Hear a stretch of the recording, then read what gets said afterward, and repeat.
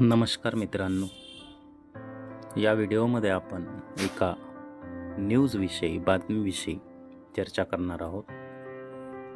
खूप जुनी बातमी आणि त्यामध्ये दिलेली ही गोष्ट आहे. एक नैतिक पाठ जी आपल्याला शिकवून जाईल. फुकट घेण्याची सवय लोकांना पारतंत्र्याकडे नेते. कशी? तर ते आपल्याला या लेखावरून कळून जाईल. चला तर हा लेख बघूया. कार्ल मार्क्स एकदा म्हणाला होता की प्रत्येक पिढ्यागणिक तुम्ही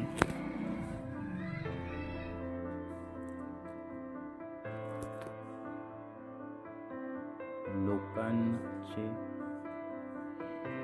एक एक स्वातंत्र्य काढून घ्या आणि शेवटी त्यांना कशाचेही स्वातंत्र्य उरणार नाही.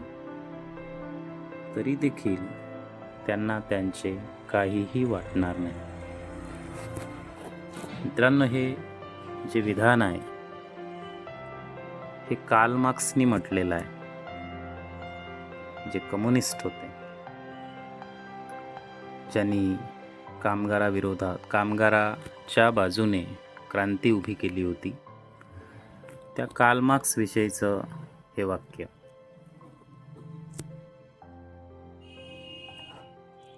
यामध्ये सांगितलेलं आहे की पिढ्यागणिक, जसजशा पिढ्या जातील तुम्ही लोकांचे एक एक स्वातंत्र्य काढून घ्या आणि शेवटी त्यांना कशाचेही स्वातंत्र्य उरणार नाही.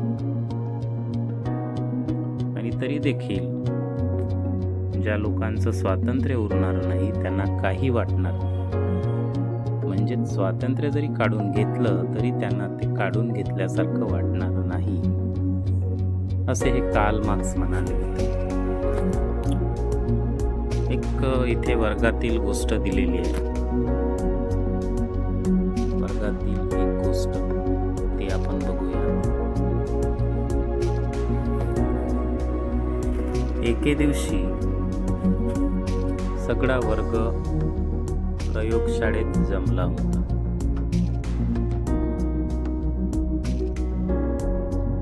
त्यावेळी प्राध्यापकांच्या लक्षात आले की एक विद्यार्थी हात मागे घेऊन त्याची पाठ दाबत आहे. जणू काही त्याची पाठ दुखत असावी. प्राध्यापकांनी त्याच्याकडे पाहून त्याला विचारले, काय झाले? तो विद्यार्थी म्हणतो, काल रात्री त्याच्या पाठीत बंदुकीची गोळी घुसली. देशातील कम्युनिस्टांशी लढताना त्यांना ती गोळी लागली होती. हे कम्युनिस्ट देशातील सरकार उलटवून टाकून त्या ठिकाणी कम्युनिस्ट राजवट आणू इच्छित होते. एवढे सांगून त्या विद्यार्थ्यांनी प्राध्यापकांकडे पाहिले आणि एक विचित्र प्रश्न विचारला. तुम्हाला माहित आहे का सर, रानडुकरांना कसे पकडले जाते? बघा, हा प्रश्न होता त्या विद्यार्थ्यांचा. प्राध्यापकांना रानडुकरांना कसे पकडले जाते? प्राध्यापकांना वाटले की हा विनोद आहे आणि यातील पंचलाईन काय, असे त्यांनी विद्यार्थ्याला विचारले.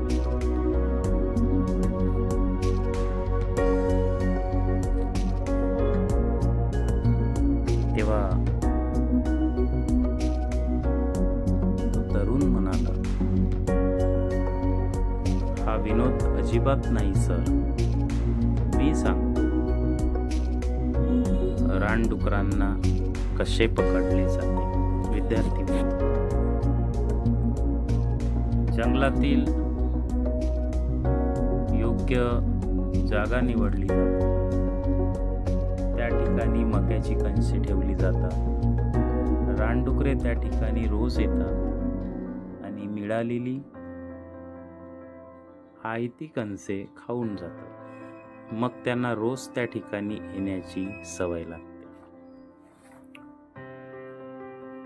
अशी सवय लागल्यावर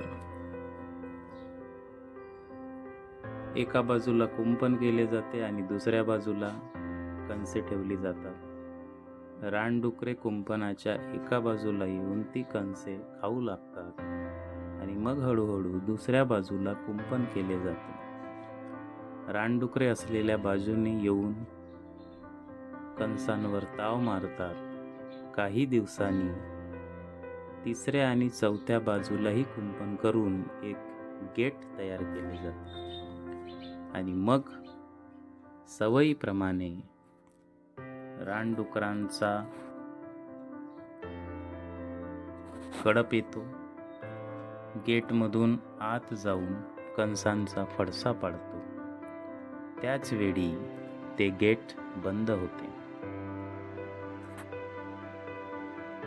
आता त्यांचा जंगलाकडे परत जाण्याचा मार्ग उरलेला नसतो. मग ते पारतंत्र्य मान्य करतात.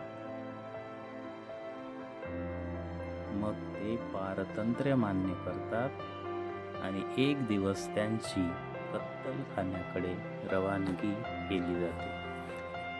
एवढे सांगून तो तरुण प्राध्यापकांना म्हणाला, आजही अनेक देशामध्ये हेच घडत आहे. अनेक देशांमधील सरकारे लोकांना समाजवादाकडे ढकलत आहेत. मोफत धान्य, मोफत वीज, कर सवलत, शेतीवर अनुदान, कल्याणकारी योजना, मोफत औषधे अशा अनेक गोष्टी लोकांना मोफत वाटल्या जातात आणि त्या बदल्यात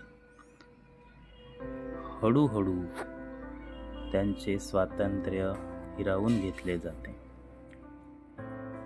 प्रत्येकाने एक साधे सत्य लक्षात ठेवले पाहिजे की या जगात कोणीही कुणाला काहीही मोफत द्यायला बसलेला नाही. तुम्हाला असे वाटत असेल मोफत मिळाले की आपले आयुष्य चांगले होईल, तर जेव्हा स्वातंत्र्याचे दरवाजे बंद होतील तेव्हा देवच तुम्हाला वाचवू शकतो. आजच्या घडीला आपण ज्या अनेक समस्यांना तोंड देत आहोत ते केवळ जगण्यासाठी काम करणाऱ्यांना लोकसंख्येच्या तुलनेत मत देण्यासाठी जगणाऱ्यांची संख्या वाढलेली आहे म्हणून. मित्रांनो, या कथेवरून आपल्याला बोध होतो की फुकट घेण्याची सवय ही लोकांना पारतंत्र्याकडे नेत असते आणि ही गोष्ट आजच्या घडीला पण लागू होत आहे. अशा प्रकारे हा विचार प्रवर्तक अशा प्रकारचा लेख, फुकट घेण्याची सवय लोकांना पारतंत्र्याकडे नेते, हा लेख इथे आपण बघितलेला. व्हिडिओ आवडला तर लाईक करा आणि लर्न विथ गजानन या यूट्यूब चॅनेलला सबस्क्राईब करा.